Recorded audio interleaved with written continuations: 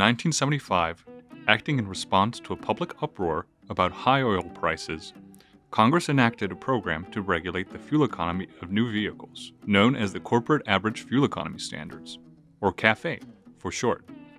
Over the next 40 years, new vehicle fuel economy increased from an average of 12.5 miles per gallon to an average of 25.1 miles per gallon. While the CAFE program was conceived to reduce petroleum use, it also helps to reduce carbon emissions, leading many to think that CAFE standards are a good tool to address the challenge of lowering carbon pollution from the U.S. transportation sector. This is a topic of significant debate. According to some economic analysis, CAFE standards might not be the most effective way to reduce carbon emissions. These standards come with hidden costs. CAFE encourages consumers to drive more. When a car is more fuel efficient, it is cheaper to drive, so drivers naturally drive more miles. CAFE standards apply to new vehicles only. This means they take a very long time to realize their effects on overall fuel usage.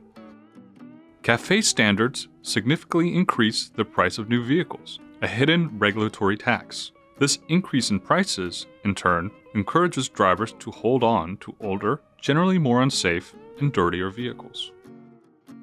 CAFE standards have significant trade-offs for drivers.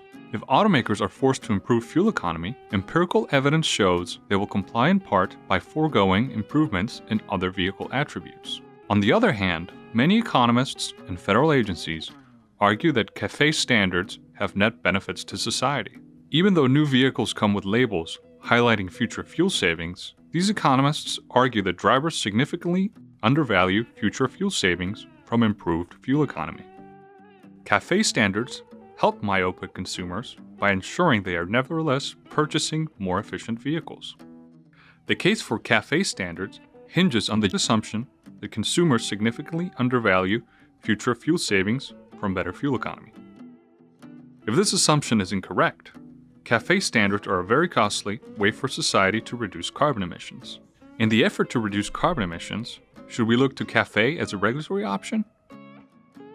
What other regulatory mechanisms might be more cost-effective and transparent? How do we balance consumer priorities with societal benefits?